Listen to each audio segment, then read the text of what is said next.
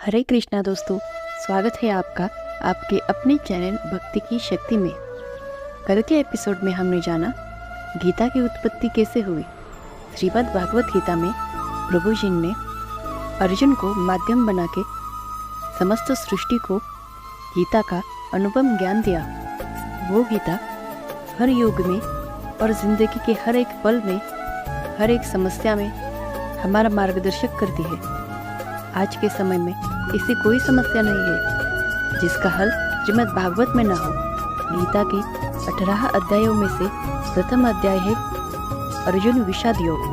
आइए भक्तों, जानते हैं अर्जुन विषाद योग के बारे में। अर्जुन विषाद योग गीता के उपदेश का विलक्षण रंगमंच प्रस्तुत करता है, जिसमें श्रोता और वक्ता दोनों ही समस्या के समाधान के लिए प्रवृत्त होते हैं। अर्जुन का व्यक्तिमत्व शौर्य, धैर्य, साहस और बल इन चारों गुणों की प्रभुत मात्रा से युक्त है, लेकिन इन चारों से गुणों से ऊपर उसके दो गुण और थे, एक क्षमा और दूसरी प्रतिज्ञा। बल प्रधान क्षात्र धर्म से प्राप्त होने वाली स्थिति में पहुंचकर सहसा अर्जुन के चित्त पर एक दूसरे ही प्रकार के मनोभाव का आक्रमण हुआ था। एक विचित्र प्रकार की करुणा उसके मन में भर गई थी। उसका क्षात्र स्वभाव लुप्त हो गया। जिस कर्तव्य के लिए वह कटिबद्ध हुआ था, उससे वह विमुख हो गया। ऊपर से देखने पर तो इस स्थिति के पक्ष में उसके तर्क धर्मयुक्त जान पड़ते हैं, किंतु उसने स्वयं ही उसे कार्पण्य दोष कहा है और यही माना है कि मन की इस कायरता के कारण उसका जन्मसिद्ध स्वभाव नष्ट हो गया है। वह निर्णय नहीं कर पा रहा था कि युद्ध करे अथवा वैराग्य ले ले, क्या करे क्या न करे, मुझे समझ में नहीं आता था। इस मनोभाव की चरम स्थिति में पहुंचकर उसने धनुष बाण एक और डाल दिया।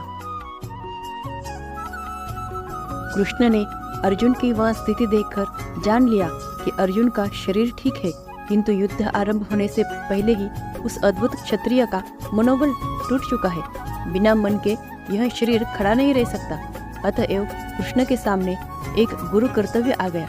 अतः तर्क से, बुद्धि से, ज्ञान से, कर्म की चर्चा से, विश्व के स्वभाव से, उसमें जीवन की स्थिति से, दोनों के नियामक अव्यय पुरुष के परिचय से और उस सर्वोपरि परम सत्तावान ब्रह्म के साक्षात दर्शन से अर्जुन के मन का उद्धार करना, यही उनका लक्ष्य हुआ। इसी तत्व चर्चा का विषय है गीता। पहले अध्याय में सामान्य रीति से भूमिका रूप में अर्जुन ने भगवान से अपनी स्थिति कह दी। प्रथम अध्याय में दोनों सेनाओं का वर्णन किया जाता है। शंख बजाने के पश्चात अर्जुन सेना को देखने के लिए रथ को सेनाओं के मध्य ले जाने के लिए कृष्ण से कहते हैं। तब मोहयुक्त हो अर्जुन कायरता तथा शोक युक्त वचन कहता है। अर्जुन अपने स्वजनों और मित्रों को युद्ध भूमि में दोनों ओर एकत्रित देखकर गहरे दुख और नैतिक द्वंद्व से ग्रसित हो जाता है। वह करुणा और शोक से अभिभूत हो जाता है। अर्जुन का मन उलझन और निराशा से भर गया। उसे सही रास्ता नहीं सूझ रहा था।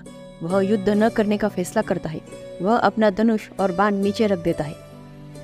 अर्जुन अपने सारथी कृष्ण से अपनी आंतरिक उथल पुथल व्यक्त करते हुए कहते हैं कि वह अपने ही रिश्तेदारों को मारने का काम नहीं कर सकते। उन्हें युद्ध के कारण पारिवारिक मूल्यों और धार्मिकता की विनाश की आशंका है। अर्जुन का मानना है कि अपने ही सगे संबंधियों को वह मारने से बेहतर है कि वे भिक्षा मांग ले। वह कहता है कि वह विरोधी योद्धाओं और निहत्ते ही मारते देखना पसंद करेगा, बजाय इसके कि वह उन्हें मारकर कलंकित धन प्राप्त करे। अर्जुन का तर्क जारी रहता है, क्योंकि वह युद्ध के नकारात्मक परिणामों की कल्पना करता है, जिसमें समाज का विघटन और अधर्म का प्रभाव शामिल है। अर्जुन ने अपनी धारणा साझा की कि कैसे सत्ता की चाह और लालच ने उनके परिवार को इस स्थिति तक पहुंचा दिया। वह भविष्यवाणी करता है कि ऐसे कार्यों से परिवार की वंशावली का पतन होगा। अर्जुन अपने आंतरिक उथल पुथल को यह स्वीकार करके समाप्त करता है कि वह सही मार्ग निर्धारित करने में असमर्थ है। वह अपनी उलझन को स्वीकार करता है और कृष्ण से मार्गदर्शन मांगता है।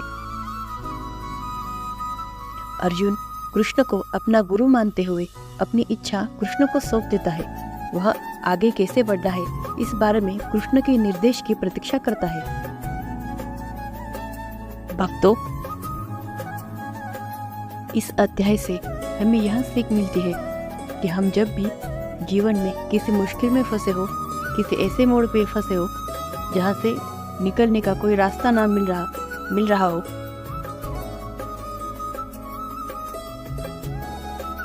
हम भी किसी उलझन में फंस गए हो, तो हमें श्री हरि की शरण में जाना चाहिए। श्री कृष्ण जी ने जैसे अर्जुन को मार्गदर्शन किया, वैसे वे हमारा भी मार्गदर्शक बनेंगे।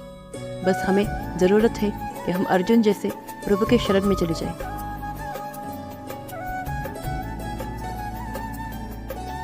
फिर प्रभु किसी न किसी रूप में आकर हमारा मार्गदर्शन अवश्य करेंगे, जैसे उन्होंने अर्जुन का किया था। इसी नैतिक शिक्षा के साथ अर्जुन विषाद योग समाप्त हुआ। भक्तों, आपने इस अर्जुन विषाद योग के बारे में क्या सीख ली? आप कमेंट बॉक्स में नीचे जरूर बताइए। अगले वीडियो में हम जानेंगे 18 अध्यायों में से द्वितीय अध्याय सांख्य योग के बारे में। जानने के लिए चैनल को सब्सक्राइब करना ना भूलें। राधे राधे दोस्तों, प्रभु आप पर हमेशा कृपा बनाए रखे।